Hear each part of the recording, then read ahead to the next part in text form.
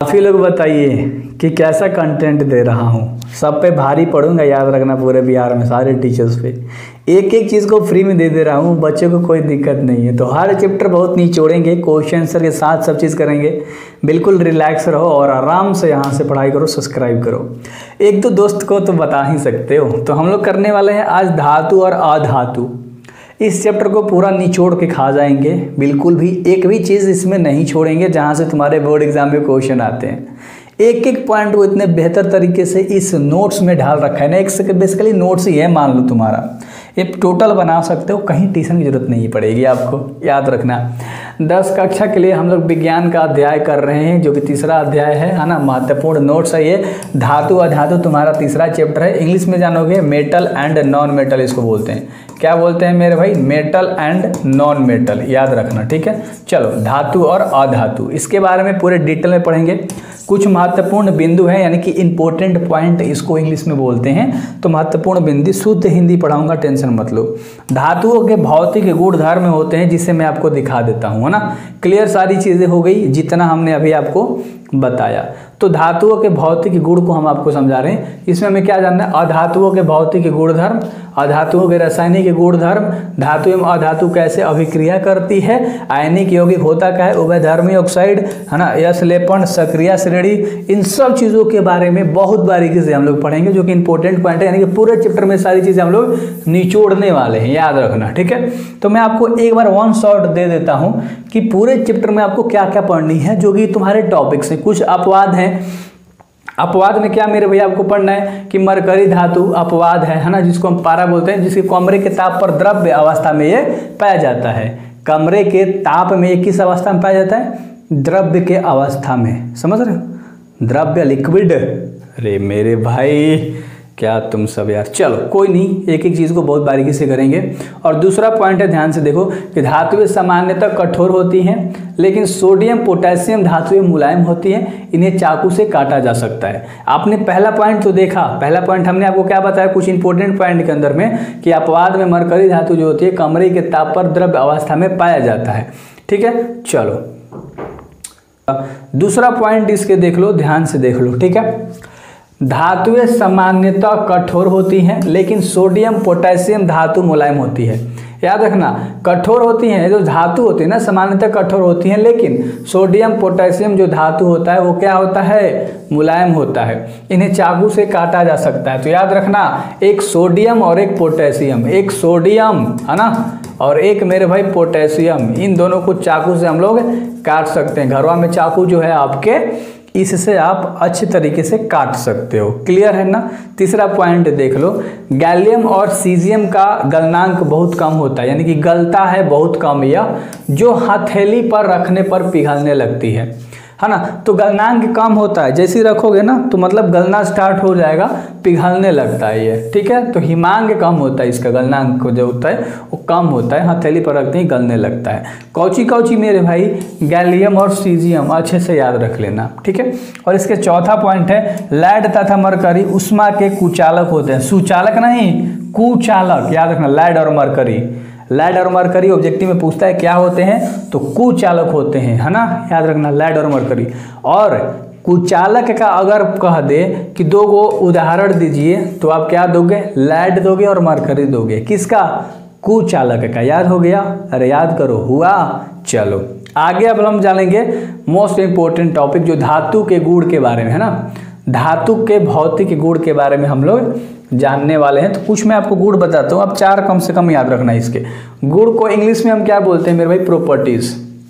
क्या बोलते हैं? प्रॉपर्टीज बोलते हैं ना। तो धातुओं के भौतिक गुण यानी physical quantities of non metal, अधातु है। चलो अगला देखो, देखो पहला पॉइंट, अधातुएं सामान्यतः कठोर, ठोस या गैसीय अवस्था में होती हैं। कैसी होती है? अधातु ज्यादातर गैसीय अवस्था में होता है, न तो ठोस अवस्था में होता है। याद हो गया? अधातु 2 अवस्था में ज़्यादा पाया जाता है, एक तो ठोस और एक गैस।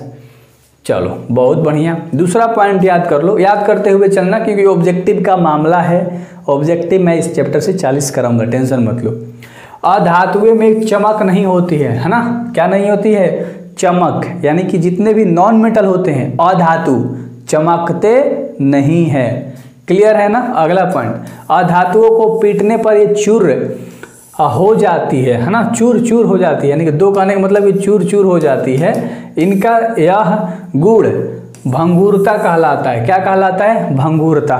जिससे लोहा को पीटते हो चीती छोड़ता है, चीती है ना, छोटे छोटे पार्ट में ब्रेक होकर नहीं फेंकता है पीटने पर, तो वही भंगुरता इसमें से निकलता है। अधातुओं को पीटने पर चूर चूर हो जाता है और इनमें से क्या निकलता है? गुण भंगुरता कहलाता है। तो गुण भंगुरता कहलाता है मेरे भाई, जो निकलता है उसमें से, याद रखना, ठीक ना। और चौथा पॉइंट है, अधातुओं में तन्यता नहीं पाई जाती है, यानी कि आप अधातु को खींच नहीं सकते, नॉन मेटल को आप खींच नहीं सकते, उसको तन्यता बोलते हैं। जल्दी हाली मुड़ा नहीं सकते। जो चीज़ तुम मुड़ा दो, जो तुम खींच दो, उसमें तन्यता है ना। और ये अधातु तन्यता नहीं पाया जाता उसके अंदर मेरे भाई। और अगला पॉइंट है कि अधातुएं विद्युत तथा ऊष्मा की कुचालक होती हैं। क्या होती हैं? कुचालक, है ना। क्या होती है? अधातु विद्युत तथा ऊष्मा की कुचालक होती हैं। उदाहरण में लिख लेना बहुत, oxygen, hydrogen, nitrogen, sulphur, phosphorus, chlorine, bromine, iodine, carbon आदि, ये सारे तुम्हारे एग्जाम्पल्स हैं इसके, है ना। तो अच्छे से आपको सारी चीज़ें मेरे भाई पता चल गई और मैंने काफ़ी डिटेल में आपको चीज़ें बता दिया। स्क्रीनशॉट ले लो, वैसे आप वीडियो चला के PDF ले सकते हो या मैं आपको PDF दे दूंगा।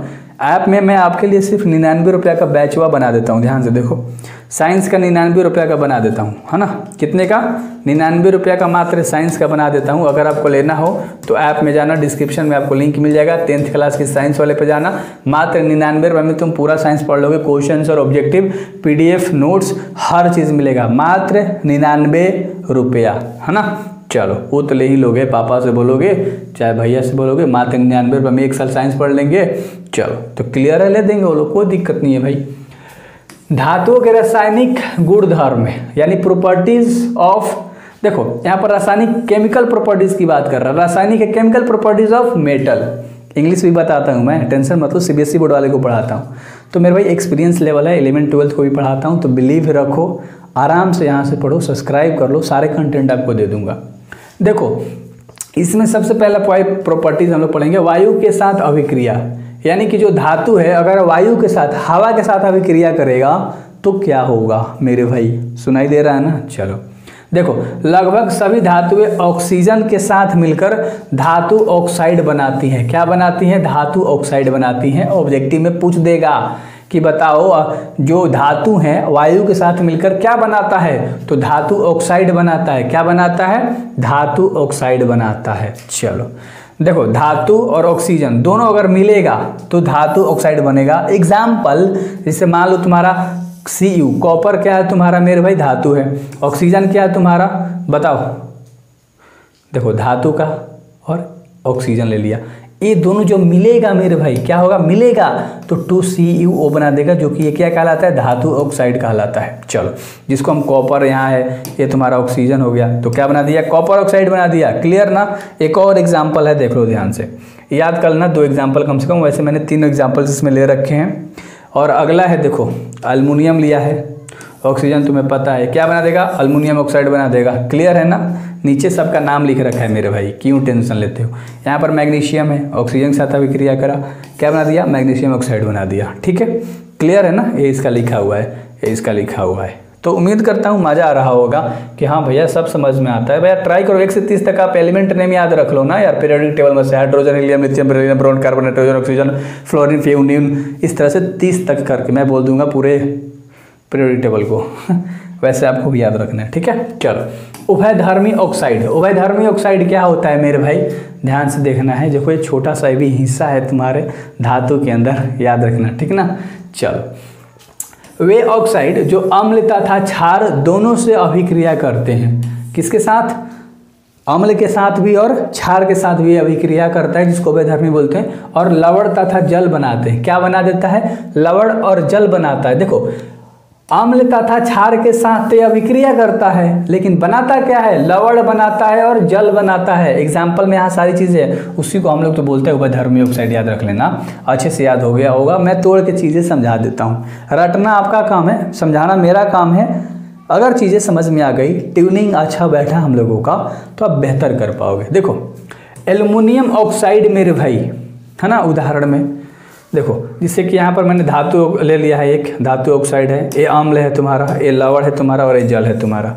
वही बात कहा था कि धातु ऑक्साइड और अम्ल दोनों मिलता है तो लवण और जल के रूप में बनता है। देखो यहाँ अम्ल और क्षार जब मिलता है ना, अम्ल और क्षार मिलता है तो तुम्हारा लवण और जल बनाता है, लवण और जल बनाता है। क्लियर हो गया होगा। एक और नीचे एग्जाम्पल है, यहाँ से आप तुम देख लो, 8L2O3 + 2NaOH बना तुम्हारा TONH3 + H2O, सोडियम एल्युमिनियम बन गया। क्लियर है ना। पहला पॉइंट में पहला चीज़ें हम लोगों ने जानी, और पहला हमने उभयधर्मी ऑक्साइड भी आपको बता दिया। पहला हमने बताया था वायु के साथ अभिक्रिया करेगा तब धातु, और दूसरा हम लोग पढ़ने वाले धातुओं की जल के साथ अभिक्रिया, है ना, ये उसी के अंदर था मेरे भाई, पहला पॉइंट के अंदर। चलो दूसरा पॉइंट है तुम्हारा, और इसे अच्छे तरीके से देखते हैं। दूसरा पार्ट है कि धातुओं की जल से अभिक्रिया, यानी कि अगर धातु जल से अभिक्रिया करेगा, जल के साथ रिएक्शन करेगा, कौन, मेटल, तो क्या होगा।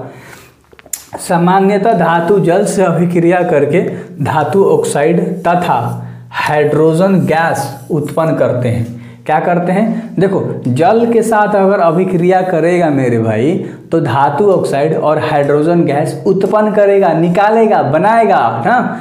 जिन धातुओं के हाइड्रो ऑक्साइड जल में घुलनशील होते हैं, किस में घुलनशील होते हैं, घुल किस में जाते हैं, हाइड्रो ऑक्साइड जल में घुल जाते हैं, घुलनशील होते हैं, तो जल में घुलकर धातु ऑक्साइड प्रदान करते हैं, हाइड्रो ऑक्साइड, धातु हाइड्रो ऑक्साइड प्रदान कर देते हैं। जैसे जल मिलेगा तो धातु ऑक्साइड प्लस हाइड्रोजन बना देगा, जल और धातु ऑक्साइड मिलेगा तो धातु हाइड्रो ऑक्साइड बना देगा। दोनों चीज़ें क्लियर हैं, और दोनों का नीचे एग्जाम्पल है, तो इसे आप रटो, इसे आप नोट में बनाओ मेरे भाई। 3 गो इसके एग्जाम्पल्स मैंने ले रखे हैं। क्या ले रखे हैं, 3 गो एग्जाम्पल्स यहाँ पर, ठीक है। तो ये तीनों एग्जाम्पल आपको समझ में आनी चाहिए। वैसे तो मैंने आपको अच्छे से समझा दिया, ठीक है। मेरा काम है आपको टॉपर बनाना, सारी चीज़ें देना। यहाँ पर देखो हमने उस चीज़ को समझा दिया। मान लो केवल भाप के साथ अभिक्रिया करेगा कोई भी धातु है ना, गर्म जल के साथ करेगा, तो ये देखो इधर है कि ठंडे जल के साथ जब अभिक्रिया करता है कोई भी धातु, जिसे मान लो सोडियम, कैल्शियम और पोटेशियम, वो होता है जो धातु अभिक्रिया करेगा ठंडे जल के साथ। गर्म जल के साथ अभिक्रिया करने वाला मैग्नीशियम है, यहाँ पर तुम्हें दिख रहा है। जल के साथ कोई अभिक्रिया नहीं, जो कि Pb लेड है, Cu कॉपर है, Au है और Ag है। तो ये जो हो 4 गो, ये जल के साथ कोई अभिक्रिया नहीं करता है। NaCl के जल के साथ अभिक्रिया करता है, क्रियाशील होता है धातु। गर्म जल के साथ जब कोई चीज़ अभिक्रिया करता है वो होता है मैग्नीशियम, और केवल भाप के साथ जो अभिक्रिया करता है ना, वो होता है Al, अल्युमिनियम, आयरन और जिंक। याद रहेगा ना, Al, Fe और Zn। क्लियर है, सारी चीज़ें क्लियर है, अच्छे से आपको समझ में आ गया होगा। ये पाई चार्ट है ना, ये सारे धातु हैं, जो कि धातु मैंने आपको चारों बता दिया कौन किसके साथ अभिक्रिया करके क्या बनाता है मेरे भाई। क्लियर है, गॉट इट है, अच्छे से समझ में आ। एक बार और समझा दूँ क्या, मान लो आपका पूरे धातु है, सब धातु है, एक क्या है ठंडे जल के साथ अभिक्रिया करने वाला, ये मैग्नीशियम भी तुम्हारा एक धातु है, एक गर्म जल के साथ अभिक्रिया करने वाला, क्रियाशील हो जाता है। और जो केवल भाप के साथ करता है वो यहाँ अल्युमिनियम, आयरन और जिंक है, यहाँ पर लेड है, कॉपर है और यहाँ पर मैग्नीशियम है। एक इसके साथ जल के साथ कोई अभिक्रिया नहीं होती है, याद रख लेना कौन कौन होती है, लेड होती है, कॉपर होती है ना। क्लियर है, चलो सारी चीज़ें आपको समझ में अच्छे से आ गई होंगी, एक बार देख लो, है ना मेरे भाई। एक भी पॉइंट नहीं छोड़ूंगा, हमेशा बोलता हूँ कि ऐसा पढ़ा दूंगा ना, एक भी पॉइंट नहीं छोड़ूंगा आपका। क्लियर है, चलो देखो, कैल्शियम तथा मैग्नीशियम जल के साथ अभिक्रिया करने पर तैरने लगते हैं। याद रखना, तैरता कौन कौन है, ध्यान से, तैरता कौन कौन है, Mg और Ca तुम्हारा क्या है, कैल्शियम, Mg क्या है, मैग्नीशियम। ये दोनों जैसे ही जल के साथ अभिक्रिया करेगा ये तैरने लगेगा, ठीक है, क्योंकि हाइड्रोजन गैस के बुलबुले धातु के साथ चिपक जाते हैं। जो हाइड्रोजन गैस के बुलबुले होते हैं वो धातु के साथ चिपक जाते हैं, इसलिए वो तैरने लगता है। क्लियर है ना, जैसे ही जल के संपर्क में आता है, अभिक्रिया करता है जल के साथ, तो वो तैरने लगता है मेरे भाई। समझ में आया, मज़ा आ रहा है। पहला पार्ट था यह, ठीक है। उम्मीद करता हूँ फर्स्ट पार्ट में आपको समझ में आ गया होगा अच्छे तरीके से। इतना सेकेंड पार्ट आप मेरे से ही करोगे, डिस्क्रिप्शन में आपको लिंक मिल जाएगा धातु का, या प्लेलिस्ट में जाओ और लगातार सारे पार्ट्स करो। अगले वीडियोज़ में हम लोग करेंगे संक्रियता श्रेणी। क्या करेंगे, संक्रियता श्रेणी। उसके लिए सब्सक्राइब, जो चीज़ें बोलता हूँ ना आराम से करो, नोट्स बनाओ, मज़े से पढ़ाई करोगे। सो बेस्ट ऑफ लक, मिलते हैं अगले वीडियोज़ में। कर लेना सब्सक्राइब।